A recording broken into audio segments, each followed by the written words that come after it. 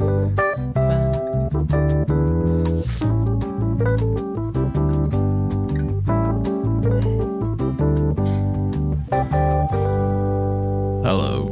welcome to another Happy Pod, the only podcast in the world. My name is Nathan, and it is the day after my 30th birthday, and we made the reckless decision to record a podcast and get very drunk at the same time. And as a result of that, I am now very much in pain, and I'd like to introduce the cunt whose idea it was to do that, and that is my co-host, Lawrence Thomas. I see. Hello. Hello. I'm going to talk as slow as you. Lawrence, shut the fuck up and tell us what this show is all about. Nathan, this is the show where I might be too loud and give you a headache, but it is also the show where we get together and discuss something in the realm of pop culture.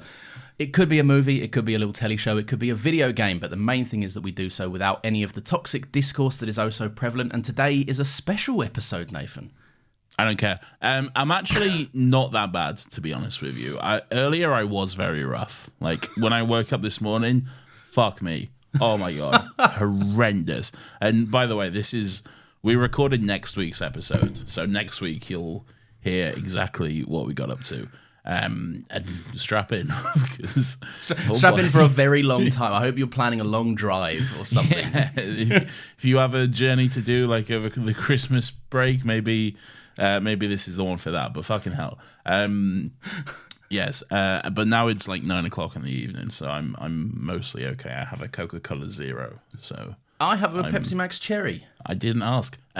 What did you just say, Lawrence? It's a special episode, Nathan. It's the Christmas episode. It's our special. It's our festive episode, Lawrence, not just Christmas. We celebrate all holidays here.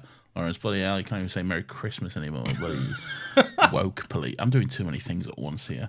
It's Christmas. Hello, and happy holidays and Merry Christmas. And you still don't seem well adjusted to this. Happy Hanukkah, happy Kwanzaa, happy Diwali, although I don't think Diwali is this time of year. Could you have somehow gone full circle to now being the more offensive one? Yeah, now I'm more offensive. I've overcorrected, and now I've gone right back around to being offensive. Anyway, happy holiday season to all. Happy holidays. Oh, I thought that was to me. I interjected too early. Do you still wish that I have a happy holiday season? I wish that you would shut up and get on with this podcast. What? Oh, me? It's solely on me, is it? Yes. You are rough. I can tell. I can tell you've had a rough morning. You may not be rough now, but I can tell that it's not been a great day for you. I'm 30 now, Lawrence. Life is not great for me anymore. Okay. Yeah, it's true. I mean, no, you've still got.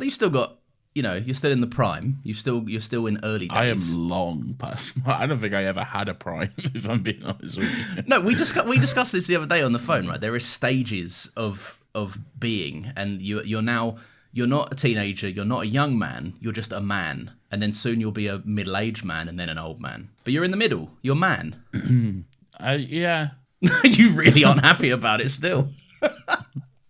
Lawrence, I'm still grappling with the fact that I just turned 30, okay? I'm still trying to get my head around that, all right?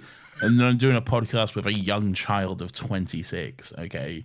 So... Oh, yeah, this is like the brief window in the year where you're a full 4 years older than me. Well, I'm not. I'm 3 years and 10 months older than you. I've done the maths. I know that 26 to 30 is 4 years. Will it annoy you to know that I... Wait, not even... Is it 3 years and 10 months or 3 years and 2 months? 3 years and 2 months, yeah. Yeah, I had it the other way around. I did the opposite. You did? Yeah. Will it frustrate you to know that not only was I up at 5:45 in the morning, I also felt fine? Lawrence, it would frustrate me that you don't want to start this podcast, which is what is happening. Nathan, happy holidays. Today we are talking about The Holiday. The one. Yeah, no, I watched it. Come on, give me an in. You want me to start, then you put up a brick wall like that. Put up a brick wall to what? Put up a brick wall to the statement, we are watching The Holiday. That's an inviting question, isn't it? Great. There's so many ways I can spin off and go with that one, isn't there? Nathan, tell me what we're watching today. Fuck off, Lawrence. And had you seen this movie before, Nathan? Yes, it's a Christmas holiday favourite of mine. Fucking hell. It's just a man falling apart. Merry Christmas, everyone. Nathan, I had seen half of this movie before. You haven't seen The Holiday? I hadn't seen I've seen half of The Holiday, if that counts. What's wrong with you? It wasn't by choice, right? What's happened in your life? It was a couple of Christmases ago, and halfway through, I can't remember what happened, but I knew I had to stop it because I had to do something else. And then I was frustrated that I watched What could half of possibly be more important than finishing The Holiday, Lawrence? I can't remember, but probably something. Anything could be more important than watching a movie. That doesn't track to me. No. Especially not this movie. It's a very good movie, I will say. You hate it, obviously. Don't. It sounded wrong. It did. That's not right. What a cheap imitation. What a wish.com. Yeah, exactly. A wish version of the good joke. Look, that does not suit you all. That does not become you, all right? So I don't want to hear that. I won't do it again. I don't want to hear that again coming from your lips, frankly. Out of holiday movies, where does this rank for you? Where does this sit? Is this an every year watch? Is this a... It's in my rotation, yeah. I have a rotation of movies that I watch every Christmas. Yeah. And this is among them, so I do watch this every year, once a year at least, yes. And is it like top tier, like top shelf? Well, it's in my rotation, so that means yes. Well, yeah, but I haven't asked you how many things are in your rotation. It might not be an exclusive club. There's about 5. Okay. About 5 movies I'll watch every Christmas, and this is among them, yeah. And what number do you watch it in the rotation? I don't have like a rank. I don't really like ranking things. It's just yeah. These are what I enjoy, and these are the movies that I watch, and they're not in any particular order. The order I watch them in doesn't pertain to anything. It's just these. I'm just trying to establish a hierarchy here on your. There's Christmas. no hierarchy. It's just a movie that I enjoy, and it's in good company as well. It's up there with Love Actually. The Christmas Chronicles, which is a new favourite of mine. I really enjoy. What's the Christmas Chronicles? I don't know that one. Hot Kurt Russell Santa Claus. The Grinch, obviously. We did that last year. We did. And a few others. But yes, it's up there. I enjoy it very much. It's a little different from like Christmas. You know, it's not like Santa Claus and is like magical and is the fucking presents and elves and all that shit, which is good, and it's nice to have as Christmas movies, obviously. But like it's a little Christmas rom-com, isn't it?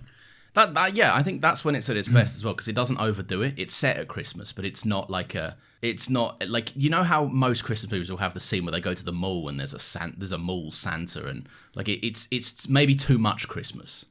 No. I'm just saying what you said. My favorite part of any Christmas movie is when there'll be some kind of like, I don't know, they'll go out for a trip or whatever, and then there'll be an establishing shot of, say, the city or the mall or wherever they're going, and it'll always be the exact same song that plays, and it's always da da da da da da da da da da da do, yeah, because it's a Christmas song, but it's good and cheery, and it gets you in the mood, so it establishes the right tone. It does. Scene. So, yeah. What's your favorite Christmas song? You was just listening to it, White Wine in the Sun, Tim Minchin. That is an obscure choice, I will say. Yeah. It was a good choice. That was a good Christmas song. I feel really basic Beautiful. now. Mine's like a mixture of Wham and what's that other one? What's that? Elton John. Step Into Christmas. That's the one. Yeah. Step Into Christmas. Christmas. Yeah, that one. Okay. Which isn't very progressive because I like to say step into the holidays. But anyway, look, let us jump in, Nathan. There's a bald man at the Telegraph, and I wanted to hit him. What? So, right, you What's know, going on? Kate Winslet works at the Telegraph, at the Daily Telegraph. She works for a newspaper. It may be the Telegraph. It is the Telegraph. Great. Well, there we go. Now that we've cracked that riddle. Thank you. It immediately like introduces you to this like, oh, this just lovely character, and there's like, I think that's one of the things about this, right? It's so charming. Everyone in this is just a joy to watch do things. No. Oh, Continue. then who? I'm curious. Well, everyone in this is not a joy to watch. There's that smarmy cunt who's Who Kate Winslet's pining after. Oh yes, yeah. All right, but like the core four, they're all, or the core five, they're all a joy. Yeah, they're nice. No, but you've got speaking of the smarmy guy. Yeah, I don't know. It was really mean. I always know that like in Christmas movies they set up to be like, here is the protagonist. You need to feel aligned with them. You need to like feel whatever they're feeling just to get you on their side for the whole movie. But the way that like, I guess he's like the chief editor or whatever of the Telegraph is just like, I've got an exclusive tip for you, this one woman who had like a public affair with this man a couple months back or a couple years back or whatever.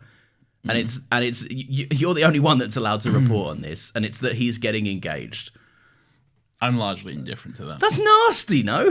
I mean, yeah, but he's not really thinking about it, is he? He's just... I think he is, because he dials in on her. He's like, I've got one specific tip for you, and only you in the room.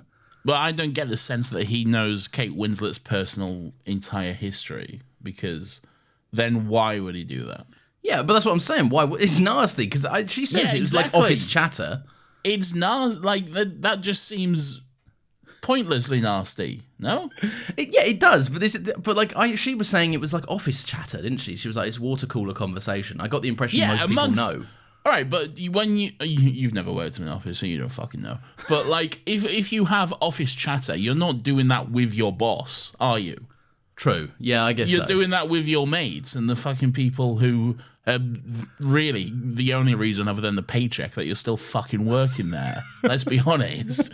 You're not talking to your boss about who you shagged in the fucking copy room one time, are you? Yeah, but things get around, a bit of gossip. I think it was weird that it was zeroed in on her. If it wasn't, get around to who's telling stuff to the boss though? No one talks to the boss. No one likes the boss. He seemed well liked. He was stood up, giving a little speech. People seemed to entertain him. Like he was stood up, giving a speech, like bosses often do. Sometimes it's very clear you've never worked a proper job. God, you're in a stinker of a mood today. Well, you don't understand real life, Lawrence.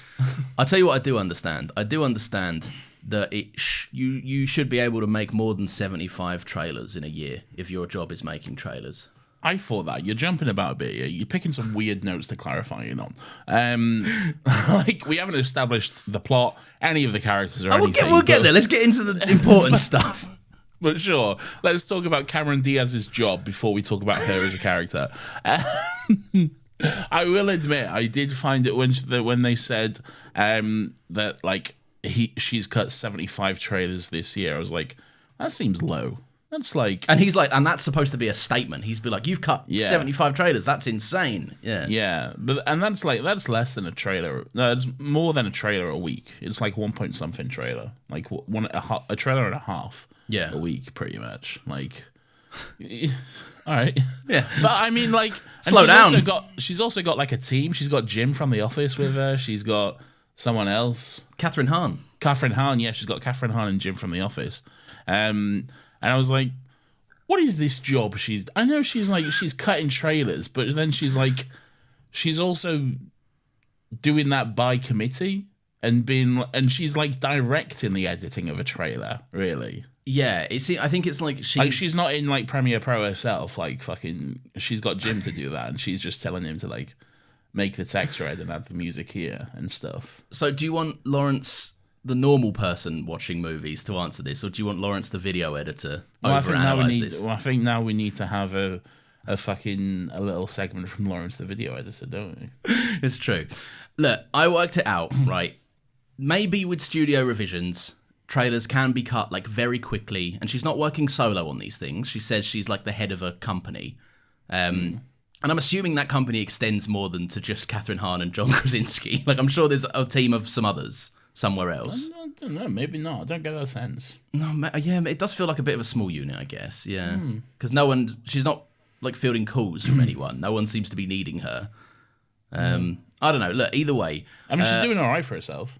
She's doing, and this is the part that I really needed to work this out. But if she has her own company, then clearly, and she's in demand. They got a hot Lindsay Lohan and James Franco movie. Like, fucking hell, Universal are paying her the big bucks to make this trailer. But then like I don't know. I know to some degree about what like the going rate for this is, and if she's paying 2 people on staff and that mortgage, No, but you know the going rate for a YouTube editor who like actual like working. Like I listen to a few editing podcasts, and they're always like they're from like they've cut like Justin Bieber music videos and stuff. Like they're quite, all right. So what's the going rate for a Hollywood trailer editor? like a high end one. Like the 1% will be making like 150K a year from doing this as an annual position, whereas That's not really that much for LA. not for that house. No, not for that house. But also, like, who cares? Me, I do. movie. This is no right. This is you know how specific you get about London skylines. This is one of the rare instances where that's something that's actually real, though. And my entire job isn't real. Well, real in the sense that if you look at the London skyline, you can see it, and not real in the sense that, like, you know, an editor's salary isn't common information that everyone knows, you know? I'm just saying, right? I saw the trailer that was played when she gave notes and she was like, make the logo redder or something. Yeah. Right? I saw behind John Krasinski is a monitor with an editing timeline. Yes. Which did not look reflective of a timeline that would have that many things going on in the total video. So, and this is what I'm thinking, right? If she's cutting 75 of these... Is this what it's like for you when I get pedantic about shit that doesn't matter? Yes, yeah, very much. Now, what I'm thinking about is, yeah, because it's a fucking movie, man. Like, yes. Just putting in, like, the 99.9% of people do not give a fuck about this. So, well, they're listening to this podcast, and I'm here and I do, so fuck them. Look, if you let me get through it, I'll get done quickly. I promise. Okay. So, right. So I saw the editing timeline. It is not reflective of the video that's shown. There's way too little going on in that timeline, and that frustrated me, especially when you work out if she's edited 75 of these, and with a thin timeline like that, not too high vertically. Right, I'm left to assume that she's added on presets, which add to the clip. They don't create an extra layer on the timeline, right? I think you're thinking about this more than the writer, director, or literally anyone involved in this scene did. But okay. Well, then look, you're probably thinking about this more than the actual editor of the fucking movie did. But go on. Forgive me for accuracy, Nathan. Look, I want to be immersed at Christmas. But yeah, I don't know. Look, I also worked out that with she did 75 this year, and that's a massive thing, right? Trailers are give or take. You know, they're edit heavy, obviously, but they're also give or take kind of max 3 minutes. What? So, like, most trailers are about 3 minutes. Oh, I thought you meant like it takes 3 minutes to do one. I was like, oh, no, fuck you, no. I mean, maybe with that skinny timeline, who knows? Preset galore. No, I worked out that I edited 225 videos this year outside of, like, that's just the regular things. And I accepted other work, and I'm just saying I want a big mansion in LA. I would think that, and not to insult you, but I feel like I'm about to be, so go ahead. Like, no disrespect to you, but I feel like there's slightly more work that goes into editing a big budget Hollywood trailer when the studios are paying like fucking however much for these trailers that they're probably putting just and they're all like wrapped up in so much secrecy and stuff. They're probably putting more thought and care and attention into it than the fucking silly little Rodney meme or whatever, you know? Look, more people involved does not equate to more work. It would take longer because there'd be like 8 studio people that would have to approve it, and they'd all want to put their little 2 cents in, right? But I think there'd be more work though for a trailer. I work hard and I want a mansion in LA, all right? That's all I'm saying. Is that too much to ask? No, it's not. Thank you. Can we move on?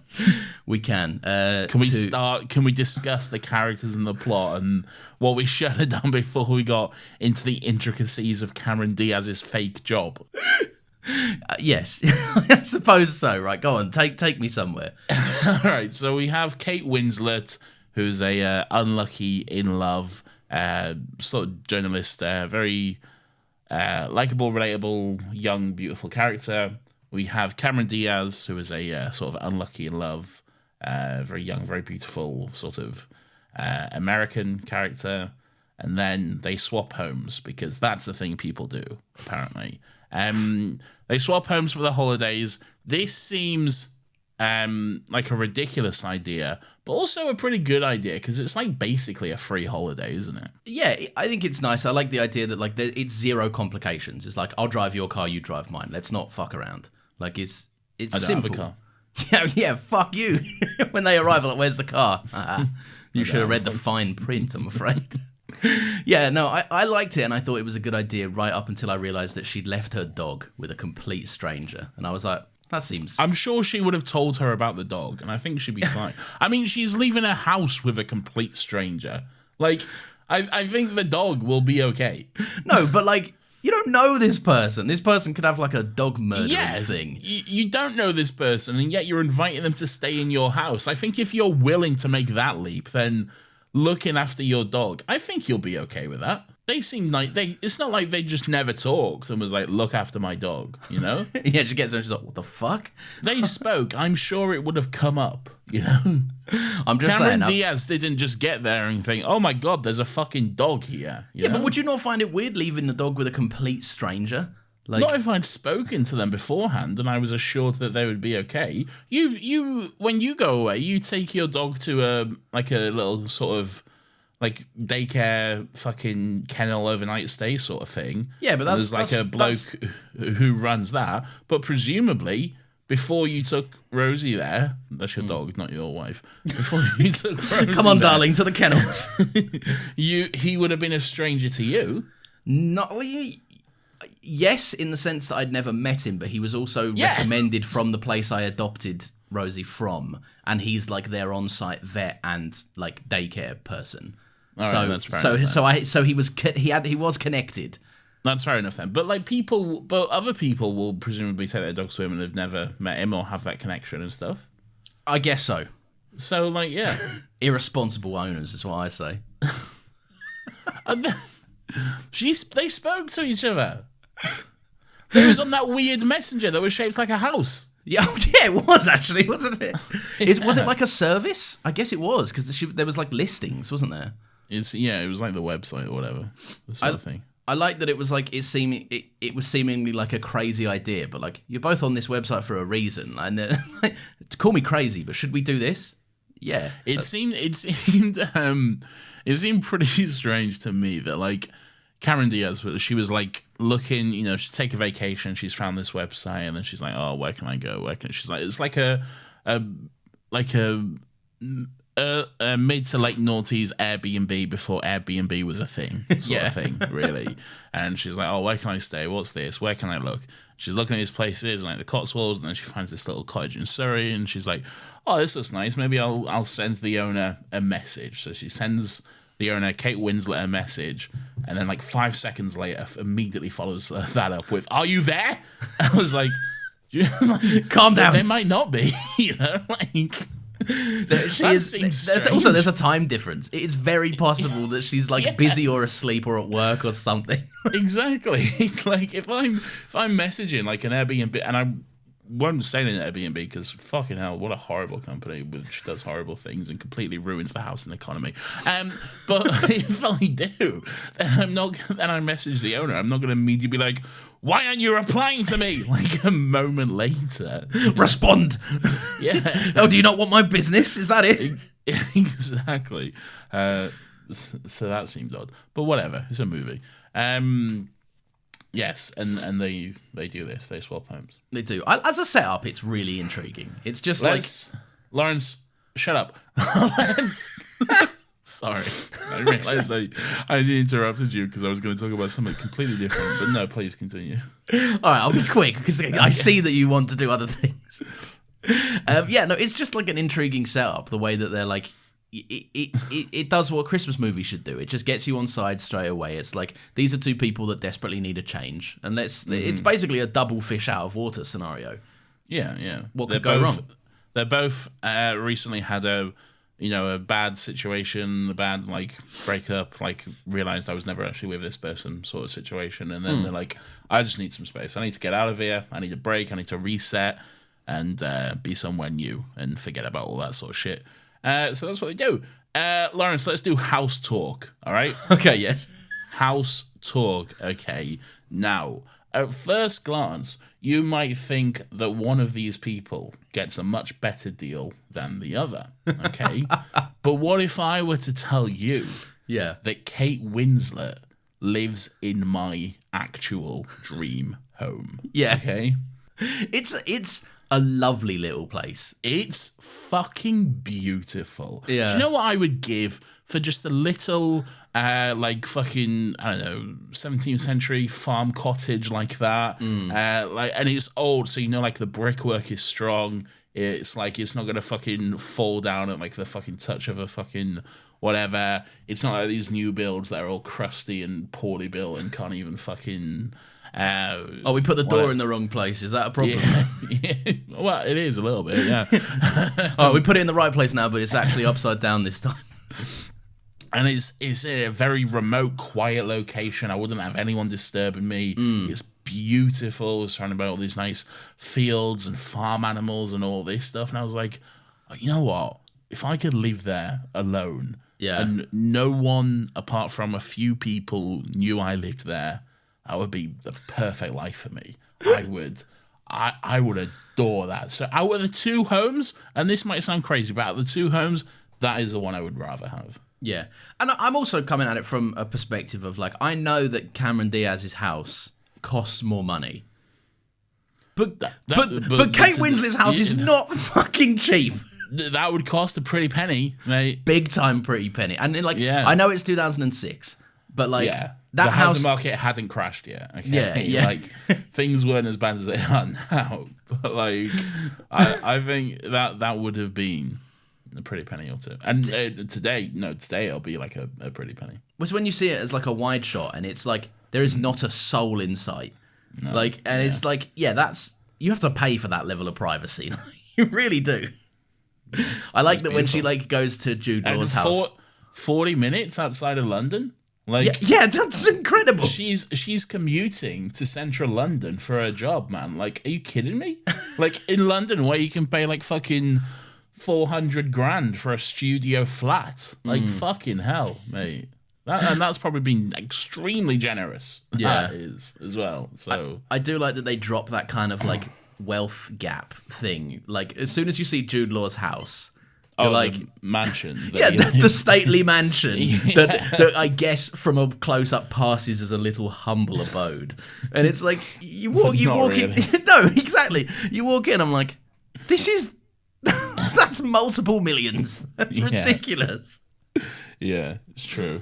It's true. They I can't remember if they ever say the name of like the actual town. They just say it's in Surrey, which is like vague because Surrey's a very big place. But they're like the like the town or the village. But it seems like it would be like one of those, you know, when like there's a over the top British person in like an American show. And they always say they're from like Catherine Tate in The Office, and they always say they're from like a British town, which is like some fake name, which is like Little Crumpetsville upon Basildon or something like that. It seemed like this is the exact town that would be called something like that, really. Yeah, seemingly inexpensive, but also extremely posh and upmarket. And with little like farmers' artisan markets and like little butcher shops and cheese stalls and all that sort of stuff. Everyone knows everyone, despite there being like a 2-mile country road between houses. Like, yeah, exactly. I like that they pass off that like in this kind of like villagey area, LA is actually the one where people seem to know more people. Like LA seems to be the place where Kate Winslet's walking around and she's like, "Hey there, mailman Bob," and "Hey there," like, just to everyone she walks past, she knows their name within like 3 days or something. Well, she's friendly, isn't she? She's friendly. It's true. British. Yeah. Kate Winslet. No, I was depressed earlier because I was watching this movie. And now you'll move on to your point. Yeah. Because I was watching this and I was like, how old is Kate Winslet? So then I Googled it and she's 48 now. And then I worked out in my head that means she was 30 at the time she was filming this. And I was like, God, I just turned 30 and I'm nowhere near as successful or as pretty as Kate Winslet. And that just depressed me. Is she playing a 30-year-old? Does she say? Like, is she meant to be older? I Oh, she's playing probably around that age. Yeah. Yeah. She looks very. It's. Do you know what? It's a good movie for great looking people. Do you know what? Well, yeah. Go on. Who's the? No. Are you talking about Jack Black? I never said that, Lawrence. Yeah, but you had the face. He looks incredible in this. Like as he's supposed to be like the more everyman than Jude Law. They fucking the gods chiseled Jude Law's fucking physique. Right? I like the cast. I like the casting of Jack Black in this because it's not traditional, like fucking rom-com casting. It's not like the fucking most handsomest man you've ever met who's like chiseled with a six-pack and everything like that. And everything is, he's a chubby guy who like loves music and he's a bit weird and Jack Black has been cast in a movie, so of course you're going to get him to do Rudda-Dudda-Doo and his little Scooby-Dooby-Doos and all this kind of stuff. I was wondering when it would, and as soon as it came out, I was like, there it is. Yeah. There's just not one without it. No, you hire Jack Black, that's what you're going to get. He throws it in for free, man. I reckon he puts it in all of his contracts. It's like, if I'm in this movie, at some point I'm going Scooby-Dooby-Doo. Okay? One day he's going to have another thing in his career, like a new era of his career. You know, like Nicolas Cage and Adam Sandler have started doing serious movies now. Yeah. He's going to have one of them, but it's going to be like, my wife is dead and I'm depressed and I'm having a terrible time. And then just at the end, he's just for the sake of being Jack Black, he's just going to have to look at the camera and go, ridip-dip-dip. I think hell will freeze over before Jack Black takes on like serious roles like that. Like, I think he's got it in him. He's a fucking great actor. I think he's got it in him, but I don't think he wants to do that shit. He likes having fun. And he just likes running around with his pants on, pretending he's like 4 or something, or whatever he's doing on TikTok. You seen that video of him, like, as he's in like a really tight Spider-Man costume, and he's like just going up the walls of like a garden. Yeah, he does loads of shit like that. Yeah. What a great person. Yeah, he's very good, though. He's a very cool dude. Yeah. That story about his mum? No. Oh, she's a rocket scientist, right? Yeah, there's this big thing, which is like, I can't remember exactly what she did, but I think it was something to do with like the moon landing. She was like chief engineer or something on like holy shit the rocket that went to the moon, and then she like gave birth like on the same night or something to Jack Black or some weird shit like she that. Didn't leave the post or something, did she? I don't know. There's something weird going on, but yeah, she was a rocket scientist or something, which is pretty Jack cool. Black was forged in flames. Sure. No, look, I like that casting because they do a bit of both. Jude Law is like there's like a couple of shots he like puts on his glasses and it's almost like the most beautiful man you've ever seen in your life. Yeah, and they know what they're doing because there's a pause and there's a hold on it, and Cameron Diaz's like, oh, I better adjust myself to match the heights of this primo man in front of me. This is like, I feel like this is like the fantasy of like every young American girl, really. And it's like a charming, hot British guy who's like very polite and like they're far and few between Jude Law types. Yeah, it's almost annoying just how fucking perfect Jude Law is because like he's beautiful, he's handsome, he's lovely, British and charming and all that kind of stuff, and then like he's like when we get around to finding out what his flaw is and his terrible deep dark secret, it's that he's a dad who loves his daughters too much and wants to protect them from the turbulent life of dating. Yes, he cares too much about his little girls and he's such a good dad, and it's not at all attractive and the most fucking beautiful thing anyone's ever seen. You know? It's it's the way that like as soon as they started building up that like little jealousy thing, you know, like who's Olivia, who's this other girl, Lucy or whatever it was, Sophie or something. Yeah, and it's I'm sat there like this can't be like because he's walking around being like I can't think of a single reason why we shouldn't go to town, and he's just being the most romantic guy ever. I'm like, there's something going on here, and then when it got revealed, I was like, this is supposed to be a bad thing. I don't understand the conflict. Well, it's complicated. I mean, like Cameron Diaz is here for 2 weeks, you know. She ended up shagging the fucking owner of the house's brother, like on the first night or whatever. Nuts.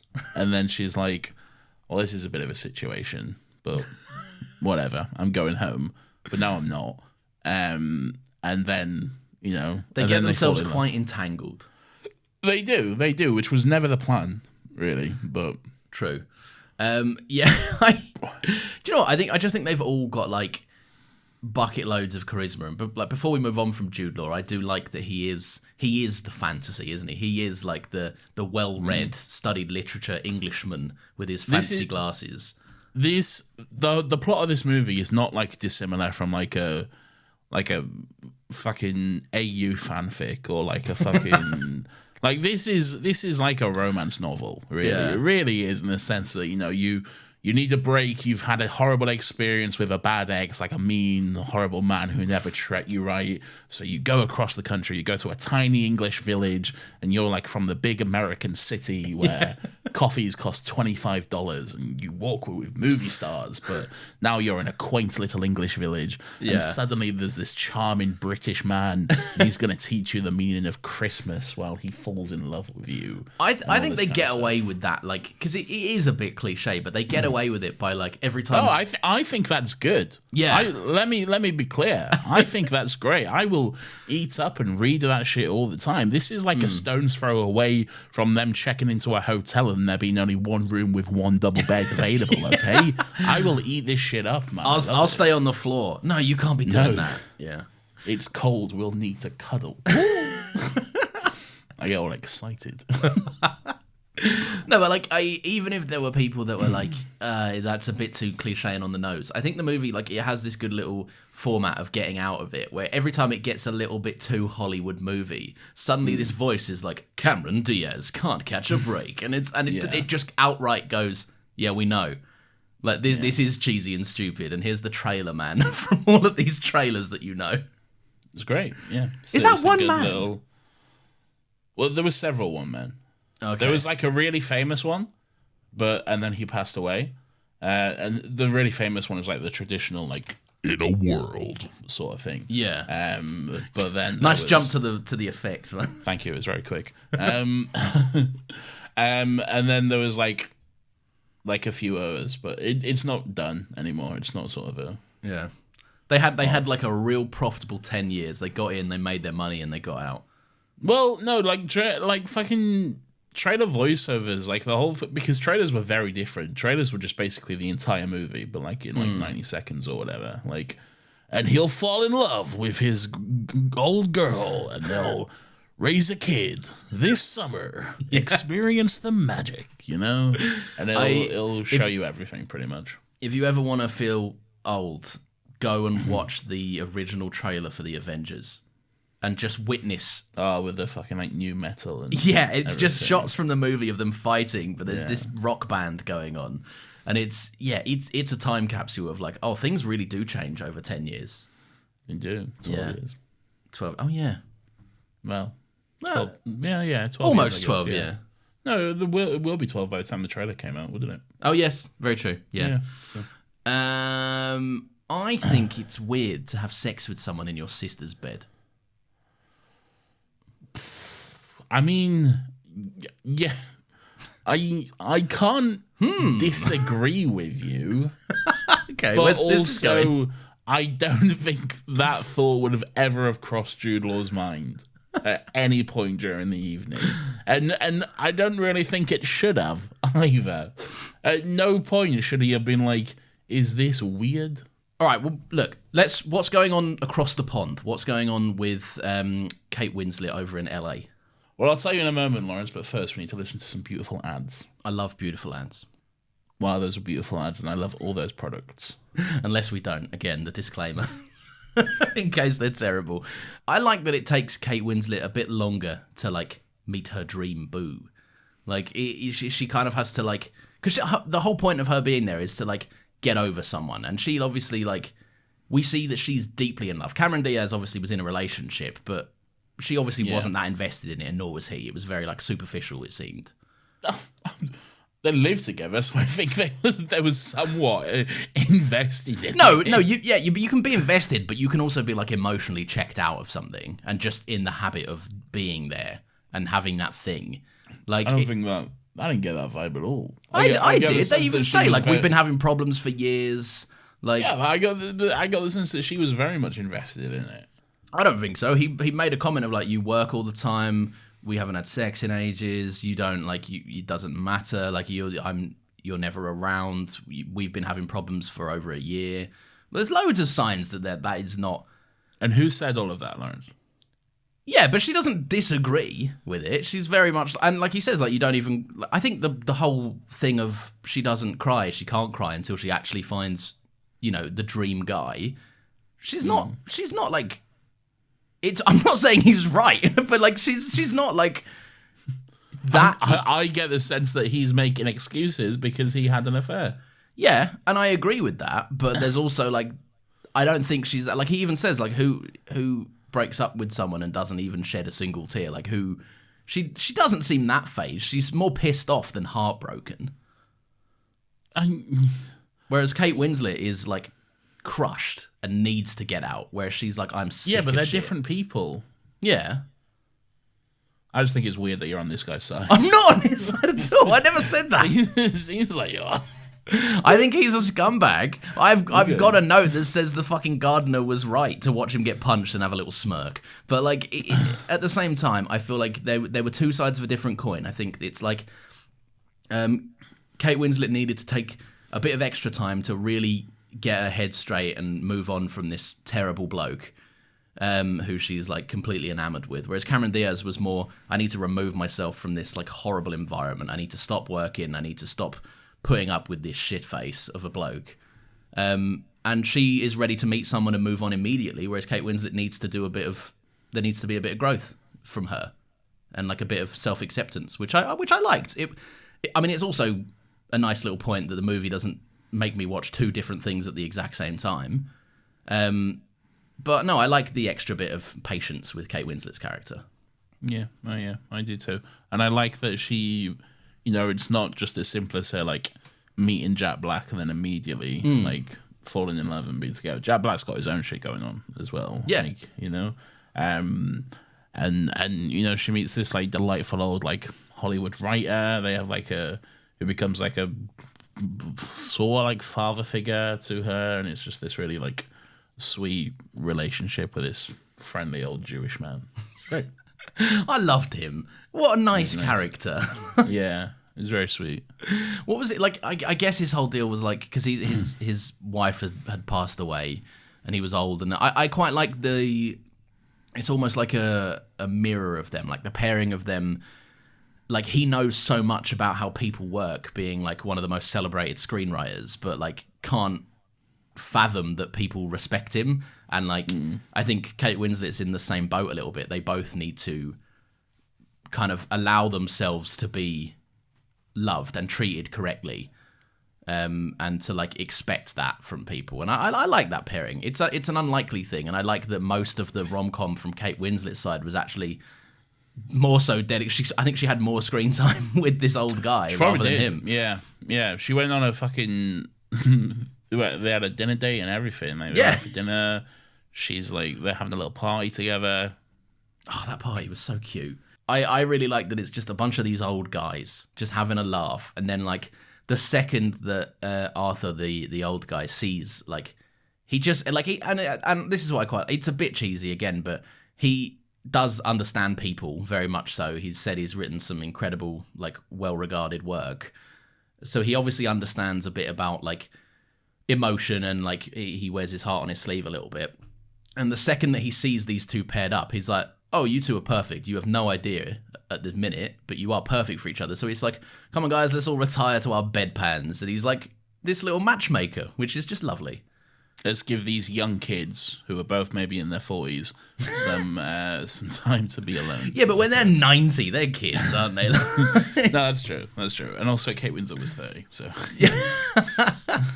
I figured it out, Lawrence. Nice, well done. God, we're all over the place here. Where do you want to talk about? What do you want to do? So, Kate... No. Fucking... Cameron Diaz and Jude Law. Okay. Did you get the sense that they're kind of the main focus of the movie? Yeah, I think so. Like, okay. And I think maybe the reasoning behind that was it's like rom-com wise, especially in the superficial early 2000s, it's probably easier to sell a rom-com leading man with Jude Law in it. Like you say, he's the one that looks like the traditional love interest. I mean, yeah, but Kate Winslet was in Titanic. I mean, that's also very true. Yeah, so who knows? Biggest movie in the world at that point, probably. Oh yeah, it's not still anymore, is it? No, it's Avatar now. Yeah, but I mean, it goes up and down every time there's a big movie. Yeah, no, I do think that they were definitely the focus, because it is the more traditional bankable story of like it quite literally is boy meets girl, they fall in love, and there's some conflict along the way. But I don't know. I found it's interesting. I found it the less interesting plot. What, out of the two? Yeah, Why? Right, it not like I didn't not enjoy it at all. I think they're both great and they both work together. But like it's something different, isn't it? The Kate Winslet stuff. Like I like that she had these tropes of a rom-com, but with a 90-year-old screenwriter who's for some reason there, and it doesn't feel weird at all. And I like that. But it wasn't weird. It was never telegraphed as weird. Yeah, exactly. And it like in any way, it was never like when I first saw like this old guy and he was a bit cheeky. I was like, oh no. And then very quickly I was like, oh, it's not that movie. Okay, good. A guy working in Hollywood, an old guy working in Hollywood. Oh no, this isn't gonna go well. Well, and then like he's got that line like, I haven't had work in Hollywood since like the mid-70s, and I was like, what's the story there? I'm concerned. I think he's just old. Yeah, I mean, I didn't realize he was supposed to be like 90 until like the final scene. So I was like, that's a bit early. You seem like 70s or something. I don't know. Yeah, I don't know. I just found it like the more, I guess, like fresher take on like a rom-com, more less traditional. Yeah, I don't know. I found it more refreshing, I guess. Okay, I think I'm the other way around. I think I prefer the Cameron Diaz, Jude Law stuff. Okay, really. How come? Just because, I don't know, I enjoy the quaint British village. I enjoy that. I like the house, like I said. Yeah. And like I said, I do like the kind of like almost trashy romance novel aspect of it all. There's just something about that which is very comforting and appealing, and it just really, like, I like it. I dig it. I like the vibe. And it doesn't hurt that Jude Law is the most beautiful man like in the world at this point. He is a treat to look at. Even like fucking 16 or 17 years later or so, like he's still a dish. So he's doing well. It's true, yeah. I was thinking like, what have I seen Jude Law in recently? I think the most recent thing I've like sat down and watched him in properly was Captain Marvel, and like he still looks very good. It's not. I can tell you for a fact because we went to see the gay Dumbledore movie together. Oh, the gay Dumbledore movie. Yeah, I did think. I mean, hang on. The Dumbledore's always been gay. Yeah, I know, but the Gay Wizard Hitler movie. The Gay Wizard Hitler movie. Yeah. Yeah. Imagine if the screenwriters sat there like, imagine if we killed 2 babies. 2. That's insane. Oh wait, that might have been before Captain Marvel. Oh yeah, it does feel like that, doesn't it? Hang on. I think it actually was. I got to find out what's the name of that terrible movie? It was because it was November and Captain Marvel was the following March. Ah, okay. There we go then. Yeah, so there you go. You're right. I do apologize. That's all right. Well, it's fine. I won't hold it against you. I always remember Captain Marvel. We had a joke about this when it came to Captain Marvel. They're like, "Oh, who's the villain of Captain Marvel?" And like, it's obviously this guy. Who's like, who in the trailer is the most sinister looking cunt you've ever met. And he's talking to Carol like, "You're not as strong as you think, Carol." Yeah, it's true. Like, I don't know why they ever tried to like keep that as a secret. Like, it's very plain. He's there just being like, "Oh yeah, imagine if I was a mentor turned bad." All right. While we're talking about Jude Law and Cameron Diaz, I think Cameron Diaz, like, she has such a fucking star quality about her. Whereas, like, she can do. Is she a good actress? Here's the thing, right? And I think this is an age-old debate with Cameron Diaz. I think it is too. Because I don't want to be rude to Cameron Diaz, but like sometimes I don't know. What I would argue to anyone that tells me she's bad is you do it and make it look good.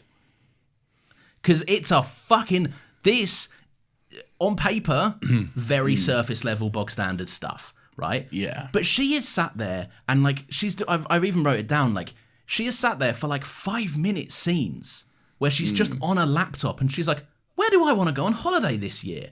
Just talking out loud to herself like no one does. Yeah, I think with Cameron Diaz, there's always this kind of element of a bit over the top, but like also it kind of works for her though. Yeah. Like there's something about Cameron Diaz which I don't think there's a lot of people who could pull off this kind of acting, but I completely agree. Yeah. there's something about her which kind of makes it work. For some reason, I'm just willing to buy this over-the-top character from her. Like, it would be strange if Kate Winslet was doing this stuff, I think. I was about to say, there's the scene where Kate Yeah. Winslet, like, she has that kind of funny scene where she's, like, sniffing gas, and she's like, what am I doing? That was strange. Yeah. Very strange, very early 2000s humour. Yeah. But at the same time, she has those scenes, and they're not nearly as effortless or charming. Because Kate Winslet Yeah. is known for being, like, a generational talent. She's known to be like super naturalistic and super like she'll fill in all those books about her character's backstory. Cameron Diaz will show up and be like, what do I have to say? Where do I want to go on holiday? Cool, here's 3 takes, I'm done. What am I doing? Am I the bad teacher? All right. There you go. Then watch me be the baddest teacher there ever was.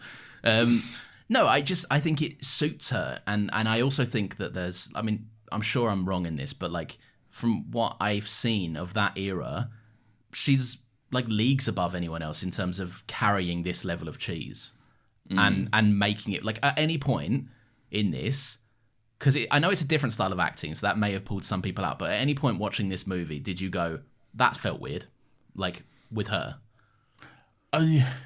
Yes, but like, Okay, yeah. but not in a sense of like it was bad. You know, just in a sense that like I was saying, she pulls it off somehow. Like it's weird, but it works. Yeah. You know? There's a scene where she comes down the stairs hungover, and instead of like a boring scene would be her stumbling, like walking down the stairs and be like, oh.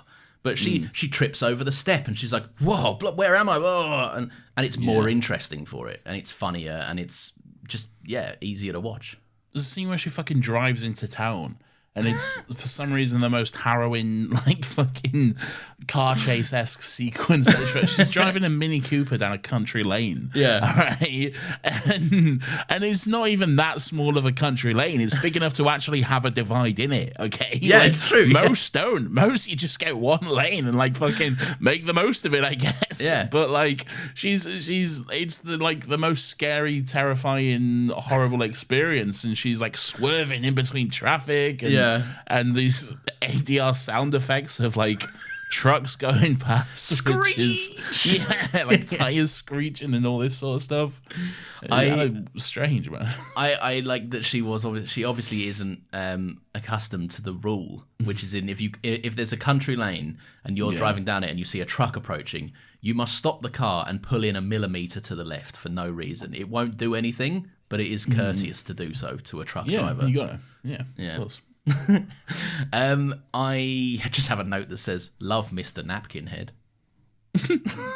Yeah, it was cute. It was charming. It was charming. It reminded me of 2 moments in this. Took me back to my childhood. Okay, This here is we go. this is Let's the more crack niche this- one. Let's crack open Lawrence's weird childhood again. Get ready for Lawrence Law, everyone. Look, firstly, the Mr. Napkin Head, it reminds me of something my dad used to do all the time when I was little, where he would put glasses on his knee and then sing Never, Never Gonna Give You Up by Barry White. And then say, it's Barry the Knee. And I would find it the funniest fucking thing, because Barry White's famously got a big old bald head. And my dad has like the most hairless legs you'll ever see on a man. And I don't know why, it just always got me. Cracked me right up. Never Gonna Give You Up? No, you're thinking of Rick Astley. I said never, never I gonna am. give you up. Never. Which one's that? Never, never gonna give you up. Play it. I can't describe it. That's the only line from it I know. I was thinking purely of Rick Astley, and I might not have listened to whatever you said after that because I was too distracted thinking about what song it was. And the other moment that took me to my childhood was just Jack Black and Kate Winslet walking around in like what is meant to be a Blockbuster-esque store. Yeah. And that's like, oh man, I remember my Friday night excursions to the local Blockbuster. Yeah. On the high street, picking up a movie. I loved it. Yeah, I don't know. There's something, and that's what a Christmas movie should do. I think there should be a part of it like transporting you back in time a little bit, and just making you feel all cozy and comforted. Definitely. Yeah, I definitely agree with that. It's like I said, it's not really the sort of like traditional heartwarming, cozy Christmas movie. It is more like rom-com focused, but I enjoy that. I enjoy something a little bit different and a little bit unique about it. And it's just good. It's just nice, you know? It is nice. It's a nice time. I enjoy it. It's a banger movie. We got much else to say on it? No, I reckon we should do a little bit of a shorter one. Well, yeah, I mean, don't get used to them. Imagine next week, we're not going to spoil it, but imagine if this was 3 times as long. It might be 4 times as long. Oh, fuck, it might be actually. Yeah, shit. Yeah. Okay. It might be closer to 4 times as long than 3 times. So maybe I can anyway. do some creative cutting, but it's also just like, just a whatever. It's all gold as well. It is. Yeah, I enjoy it. What are you doing? I think it's a very, very good movie. Lots of heart. More style to it than like you'd expect as well. There's a few. Well, last thing I'll say is there's a few like, I think they were coming out around about the same time as the height of this guy's career. But there's a few Edgar Wright isms in the edits. Like there's a few. Oh, okay. There's a few like harsh cuts, a few match cuts, a few. There's that funny scene where Jack Black is like, I think Kate Winslet puts a coffee in front of his face or something. And oh no, it might be the other way around. It might be Jack Black offers Kate Winslet a coffee, and then she like shakes her head, and he just immediately goes and comes back with like a gin and tonic or something. And that's very Edgar Wright. Very like something appears in the frame in a funny way. So you liked that it wasn't directed by Edgar Wright, but reminded you of Edgar Wright? No, but they were like, there are little isms to people's style. Like he knows that's his bread and butter. Edgar Wright's funny style. I mean, he's got a style. Lawrence, do you have any recommendations for me? No, I'm sorry. No, I mean, we may as fair well. enough. There's not much else. Nathan, what we do at this point in the show is we recommend some stuff to each other. It could be anything that we've watched, read, listened to, experienced, just something we've done in the past week that we would love to share with you. Do you have a little recommendation for me? I already asked you. Oh, okay. I was fine. You already know what this is. You already told me you knew what this was going to be. But I am... the paedophile movie. It's not right. Don't frame it like that. That's all I know. And all I know about is like someone, like a woman dates like a 13-year-old boy or whatever. Yeah. So, right. The movie's May December. It's a Todd Haynes movie. What's it about, Lawrence? It's basically like Natalie Portman plays this actress who is like going to spend a couple of days with a family because she's preparing to play the role of the mother of this family in a movie, in like a big Hollywood movie. Is she playing herself? Is she playing Natalie Portman? No, she's not playing Natalie Portman. She's playing fucking Julianne Moore's character. So she goes there. She's playing Julianne Moore's character. Yeah, Julianne Moore plays a character, and Natalie Portman's character is going to play that character in a movie. Oh, I see.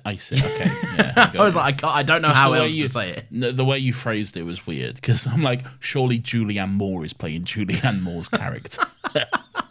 Yeah, no, I can get what see you're now saying where now. that would have got confusing. Yeah. But yeah, no, just I won't say too much beyond it. But it's a good movie that like there's a lot to think about. It's like pretty blatant in what it's. The movie's called May December, which like if you don't know, it's a term to describe Age gap. Yeah, it's an age gap term. This sounds bad. It's not bad at all. This just sounds gratuitous, but okay. It's not. There's nothing in it that's gratuitous. Well, How are you going to say this when you have not laid eyes on a single clip of it? well, no, I haven't. I genuinely haven't. But just by your description, it's just not something I would enjoy watching. I like it. Really, really good movie. People should go and check it out. I think it's going to be like, it came out pretty late in the year, but I think it's a surprise front runner for like a few Oscar categories, and it's interesting. Just a cool movie with a lot to say, and also it has its sights on the right people. Even though the movie itself seems like it could be problematic, it definitely targets the correct people to target. Sounds like one to miss for me, but there we go. What is one to hit for you, Nathan? One to hit for me, Lawrence, is having a good old Christmas time with those you love. Oh, okay. And you might say this is a cop-out sort of recommendation. And you're half right. But I've been spending some time with some family recently, and I can be a bit of a recluse. I am guilty of sometimes. Yeah, I live alone, and I am sometimes guilty of like locking myself away and being like, I'm a grumpy old man, and I just want to be alone and have my privacy and keep to myself and no one disturb me because I like peace and quiet. It's Christmas time, so I've been visiting and seeing some family recently, especially with it being my birthday recently, and it's just been nice. It's been kind of nice to spend time because I don't do it as often as I should, really. So it's been nice to like see family and catch up and have a laugh with the old man and all that sort of stuff. So I don't think that's a cop out. That's a nice little suggestion for people to do. Well, there you go. If you are able to spend time with loved ones and family this year, if you are not able, I'm your dad. Come see me. We'll have Christmas dinner. Okay? Or just listen to these episodes. There's loads of them. No, they can come round. Okay. Nathan's left a plate. Yeah, I'll get you a plate. Yeah. Lovely. Well, that being said, a very, very Merry Christmas to one and all. Enjoy the holiday season that is approaching and among us. What's your favourite Christmas tradition, Lawrence? I like do you have any weird family little Christmas traditions that you enjoy? Not so much weird. It's fairly normal. I like to go on a little walk. I like to go on a Christmas walk, especially now that I've got the dog as well. Nice little out the house for an hour. Back we go. Here's a question: do you get Rosie, your dog, again, not your wife, a Christmas present? Of course. And do you wrap said Christmas present? Of course. Now, who unwraps this present? Because she tries, but there's help. Okay. I always find it fascinating the stuff that people do with their pets because the dog doesn't have a fucking clue what's going on.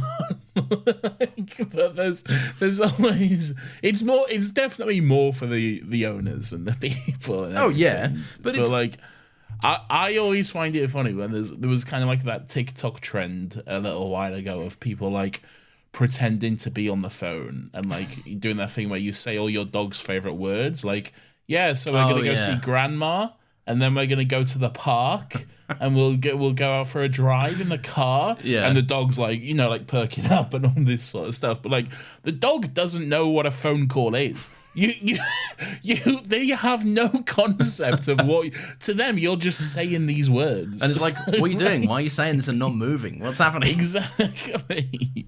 So just drop the whole facade and just say the words. It'll be the same. Yeah, it's true. I never really considered that because they're putting on a whole like forefront facade. On a play, but the dog doesn't have a fucking clue what any of that is. The amount of times I'm just like, I catch my dog's eye as I'm like walking into the kitchen or something. She looks at me and I just, for no reason, I'll be like, "You all right?" And I'm like, she doesn't fucking know what that means. She's just like, "Oh, you said something, cool." But yeah. Anyway, we do have this habit of talking to our pets like they're you got to though, like they understand us, but that's just nice, inclusive. Yeah, it is. Of course, it's nice. Yeah, yeah, it's a nice thing to do. Indeed. And also, Nathan, I don't know if you know this, but another nice thing that people can do is leave us a little 5-star review. It would be... They absolutely can do that, yeah. They can. It would be much appreciated. You can do that on your podcast platform of choice, especially Apple. You can write a nice little message for us. You can give us a little follow. We're on Twitter @AnotherHappyPod. That's where you'll get little post reminders for new episodes every single Friday at 10 a.m. It's also a place where you can suggest little topics if you follow the link in our pinned tweet. Why little? Everything is little with you. Little post reminders, little topics. It's a nice little thing, isn't it? Nice little thing. I know what I did. Don't frame that like you caught me. That was for you. I did. I definitely caught you. I saw your face. You didn't see my face. You had the air of a man who just said that and then realised he did it again. I saw that. You might have caught a little mistake. All right. Nathan, speaking of mistakes, no, we have another podcast, don't we? Oh, okay. No, not at all. That seems rude. Lawrence, it's largely more successful. Yes, it's the most successful podcast in the world. That's not true. No. But it is all about Doctor Who. Every week we rewatch an episode and discuss that episode. And it's a great fun time. We're enjoying Docky Who on our rewatch, making our way through Series 4 at the moment. Almost coming to an end of that. And we're having a lot of fun. 2023 really has felt like the year of David Tennant for me because like I started rewatching Ahsoka today. I was like, oh fucking, he's in this as well. It's like I can't escape him. He's everywhere. Everywhere you turn, there's David. David is just lurking everywhere. So yeah, it's been enjoyable. So indeed. Go check that out, and while you're at it, have a very, very Merry Christmas or Happy Holidays, or just a little festive break with your fam. We love you lots. We will see you next week for too long of an episode. Very Merry Christmas from our family to yours. Aww.